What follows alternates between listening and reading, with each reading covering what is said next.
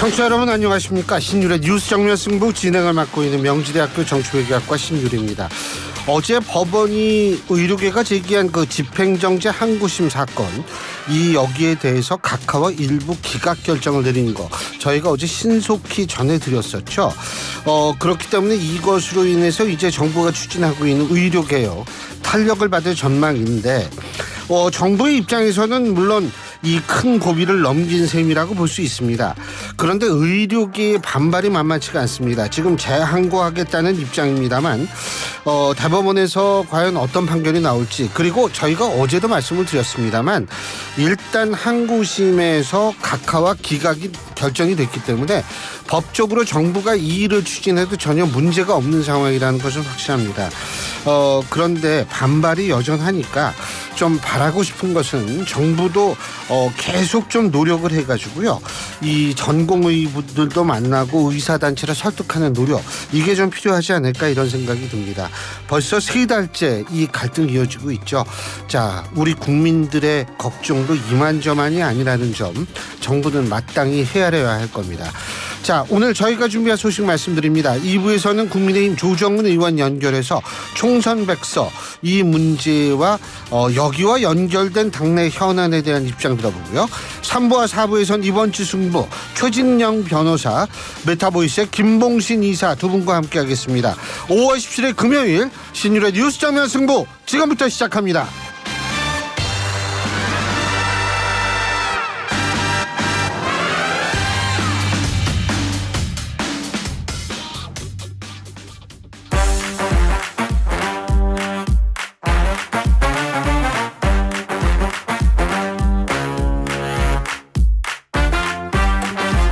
예, 오늘 하루에 있었던 정치 뉴스 여러분들께 말씀드리고 또 함께 생각해보는 뉴스 인앤아웃으로 신율의 뉴스 정면 승부 시작할 텐데요.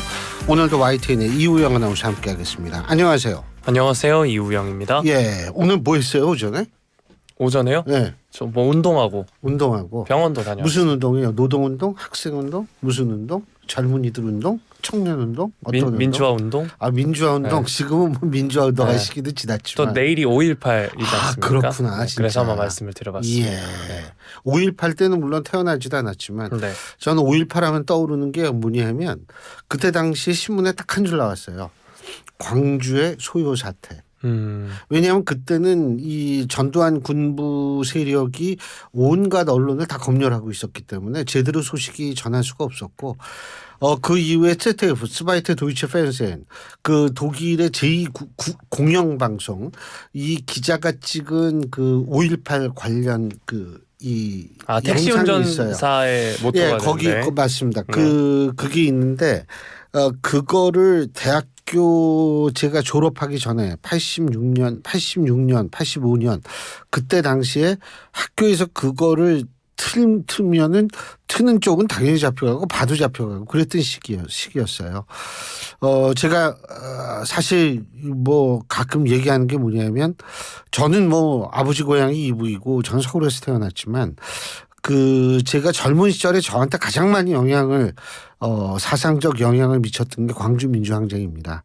그래서 그때 당시에 광주는 지명이 아니었습니다. 그때 당시 광주는 지명이 아니라 역사의 암호였었거든요.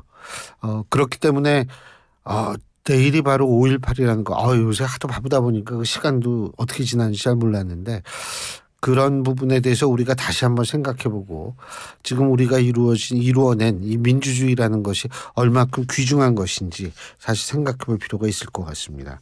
네. 나 혼자 얘기했네 오늘은. 오전에 저 운동하고 네, 병원도 다녀왔습니다. 아, 병원 어디 네. 아파요? 지난 건강검진 이후로 건강검진. 네. 병원 가니까 뭐 사람 많아요? 정말 사람이 너무 많더라고요. 제가 종합병원을 살면서 별로 가본 적이 없는데. 그 젊은 사람이 종합병원을 자주 다니면 그거 큰일이지. 네. 예. 근데 또 병원 그 진료 기록엔 제가 남아 있더라고요. 무려 25년 전 기록이 남아 있어서. 25년. 그래서 제가 초진이 아니라고 하셔서 그 정보를 다 바꾸고 왔습니다. 주소부터. 25년 전 기록이면 그 뭐 초등학교 들어가기도 전 아닌가? 초등학교 뭐 유치원 이럴 그죠? 때. 네. 그때 뭐가 안 좋아서 거길 갔어요?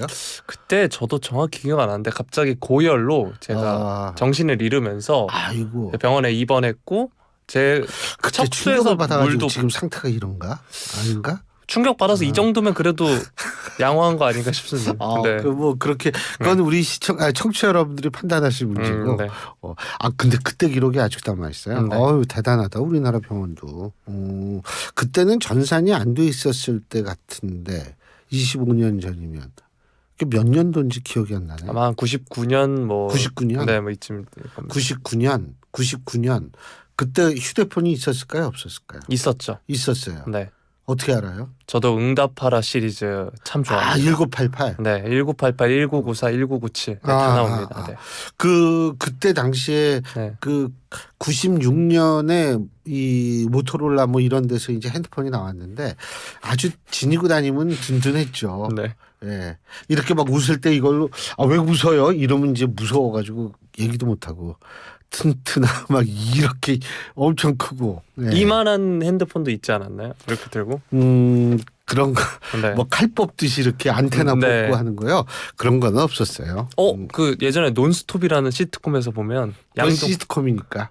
그런가요? 전 실제로 있다고 그건 들었는데. 시트콤이니까 네. 안 그래요. 네. 근데 크기는 컸어요. 네. 예, 크긴 컸고 그러다가 진짜 옛날 얘기하니까 참 칼럼 쓰잖아요. 칼럼 쓰면 그거 기자님들이 받으러 오시고 그랬어요.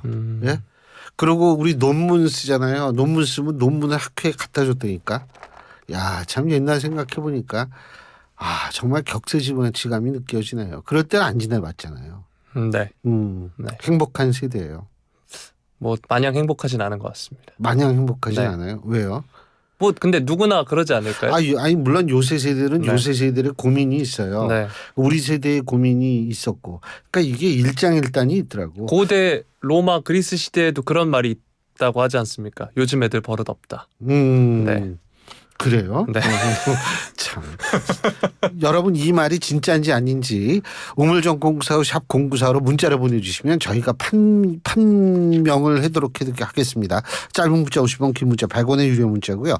뭐 이런 거 말고도 다른 거 의견 보내주시면 저희가 얼마든지 이 여러분의 의견 방송에서 반영하도록 하겠습니다.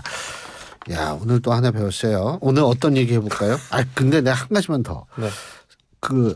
나는 내일 지구가 멸망하더라도 오늘 사과나무를 한 그루 심겠다. 그거 누가 얘기한 거예요? 뭐 사람이 얘기했겠죠. 사람이 네. 얘기했는데 스피노자가 얘기했다는 건데 네. 스피노자는 사실은 최초의 변증법적 유물론을 창시한 사람인데 전 그분이 그 얘기를 했는지 진짜 모르겠어요. 내가 그거 좀 읽었는데 옛날에 그런 얘기 없던데 어디서 얘기를 했는지 한번 물어보세요. 전 순간 슬픈 여자라고 하시는 줄 알았습니다. 예, 슬픈. 네. 자 다음 소식. 우서이죠. 뭐. 첫 번째 소식 살펴보겠습니다. 왜 딴 얘기하고 그래요? 네. 제가요? 제가 딴 얘기한 건가요? 지금 딴 얘기잖아요. 이거 네. 갑자기 오늘 무슨 얘기? 예. 네. 더불어민주당의 국회의장 후보로 선출된 우원식 의원 관련 발언들 한번 살펴볼 텐데요. 22대 국회 원구성을 다음 달 중에는 완료하겠다 이런 입장입니다. 오늘 MBC 라디오에 출연을 했는데 여야의 원구성 협상이 지연될 경우 의장 권한으로 강행할 시점에 대한 질문에 대해 6월 중으로 끝내야 되지 않겠나 이렇게 답을 했습니다. 너무 합의가 안 된다 그러면 국회법이 정한 절차대로 다수결로 할 것이다 라고 하면서 국회를 빠른 속도로 개원하는 게 국회의장이 해야 할 일이라고 생각한다 답을 했습니다. 국회 상임위원장 배분을 놓고 여야가 합의하지 못하면 6월 중으로 상임위원장 선출을 강행하겠다는 의지를 드러낸 것인데요. 일단 다음 달 5일 국회가 본회의를 엽니다. 국회의장을 선출할 예정이고요. 22대 국회에서 과반을 넘어 171석을 확보한 민주당 18개의 상임위원회 중 법제사법위원회와 운영위원회 위원장직은 물론 필요시 상임위원장을 독식하는 방안까지 검토를 하면서 강경 대여 투쟁을 예고하고 있습니다. 이를 두고 여야 신임 원내대표 간의 치열한 협상이 이뤄질 것으로 전망이 되고 있는데요. 일단 우원식 의원은 추미애 당선인을 꺾고 전반기 의장 후보로 선출됐는데 이에 대해 당내에서 여진이 이어지는 분위기라고 합니다.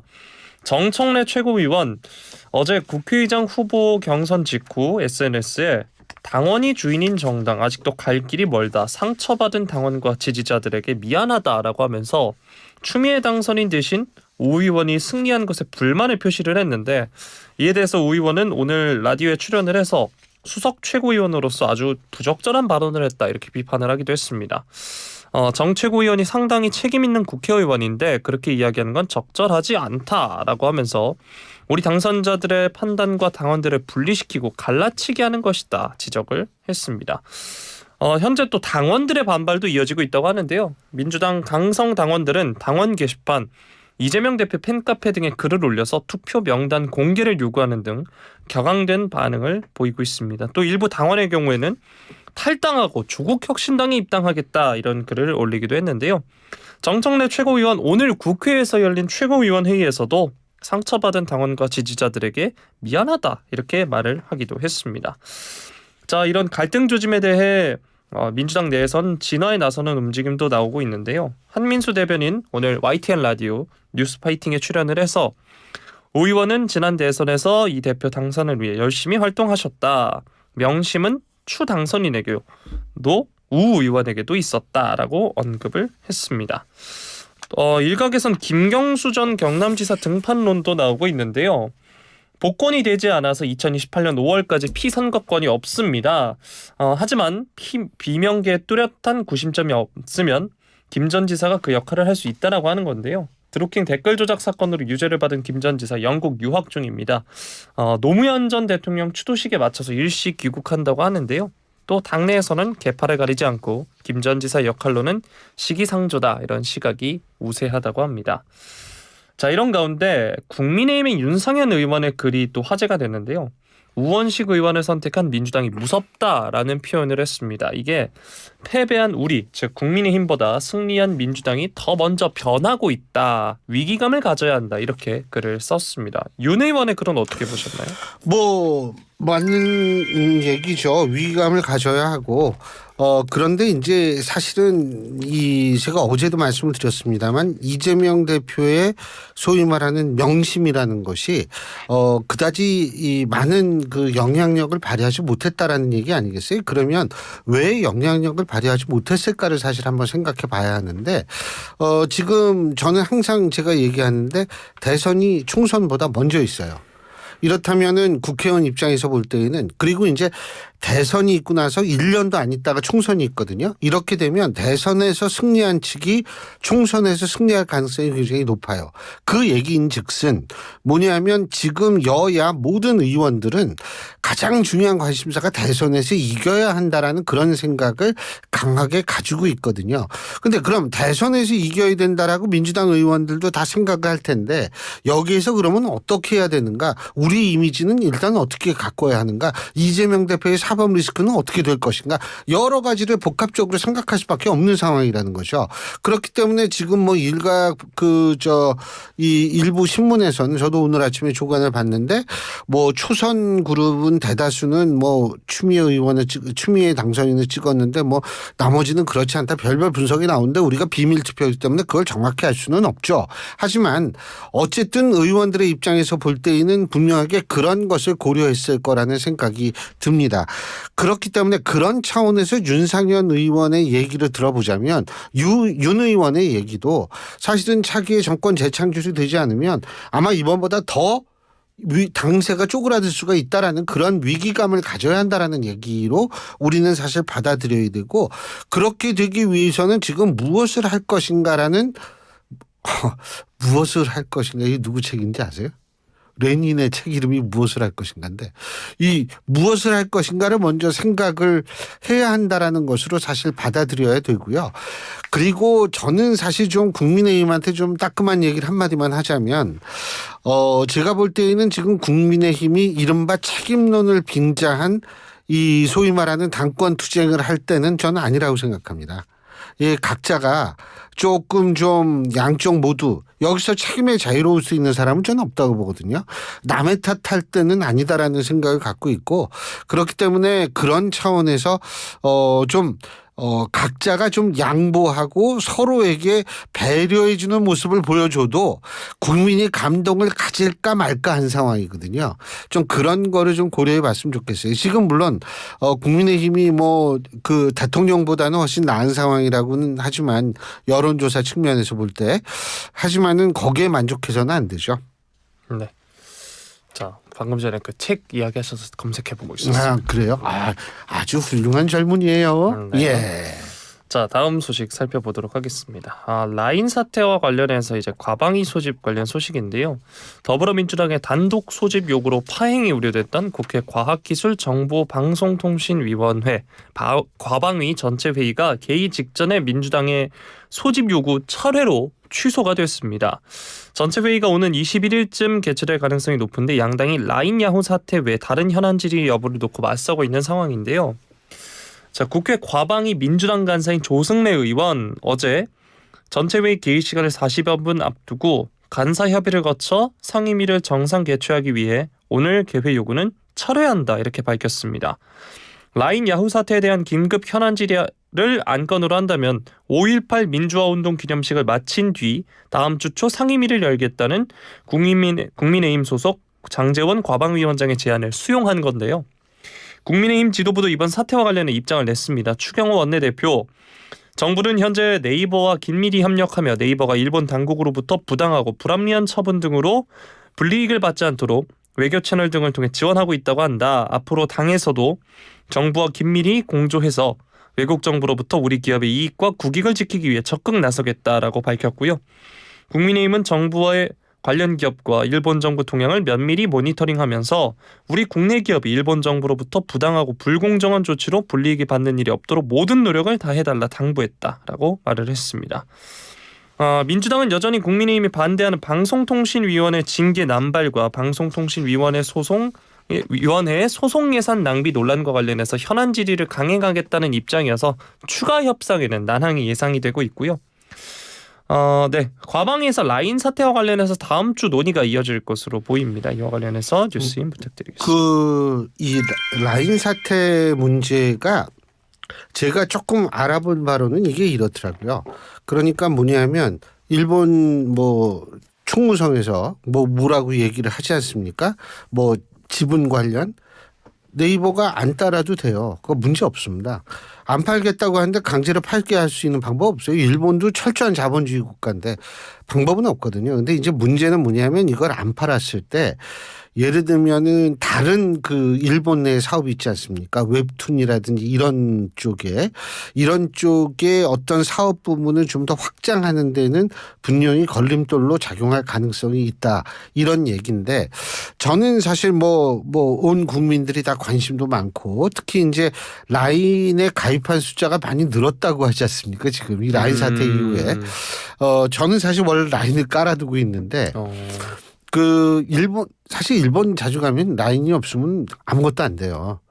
그래서 그런데 제가 이제 말씀드리고 싶은 것은 뭐냐면 우리의 그 기업의 이익을 지키는 거 굉장히 중요하죠. 근데 이게 기업의 이익이 곧 국익과 국가의 자존심으로 이어진다라는 그 논리 있지 않습니까? 제가 그걸 반대한다 이런 거는 아닌데 충분히 그렇게 주장할 수도 있지만 우리는 철저하게 자본주의를 추구하고 지금 우리는 자본주의를 시행하는 시장 경제 국가입니다. 여기에서 지나치게 우리가 물론 일본 정부가 잘못했어요. 정부가 막 그렇게 나설 문제 아니에요. 자본주의인데. 그렇기 때문에 우리 정부도 어느 선까지는 대응을 하는 것은 좋지만 저는 뭐라고 생각하냐면 네이버의 입장을 최대한으로 살려서 네이버가 원하는 쪽으로 정부가 맞춰줘가지고 대응을 해줘야 된다라고 저는 생각을 해요. 만일 네이버가 어떤 생각을 갖고 있는지 저는 모르지만 그게 첫 번째 가장 중요한 기준이 돼야 된다라는 거죠. 그게 바로 자본주의 경제에 있어서 가장 중요한 거라고 저는 생각을 하고요. 그래서 이 문제는 좀 그런 식으로 일단은 접근을 하는 것이 좋다. 저는 그런 생각이 들죠. 제가 얘기하지만 물론 국익 이런 것도 다 중요하지만 우리가 지나치게 민족적 관점에서 자본주의 시장 경제의 논리에 접근했을 때에는 또 다른 부작용이 생길 수 있다라는 점도 우리가 좀 합리적으로 생각할 수 있는 여유를 가졌으면 좋겠다는 생각이 들어요.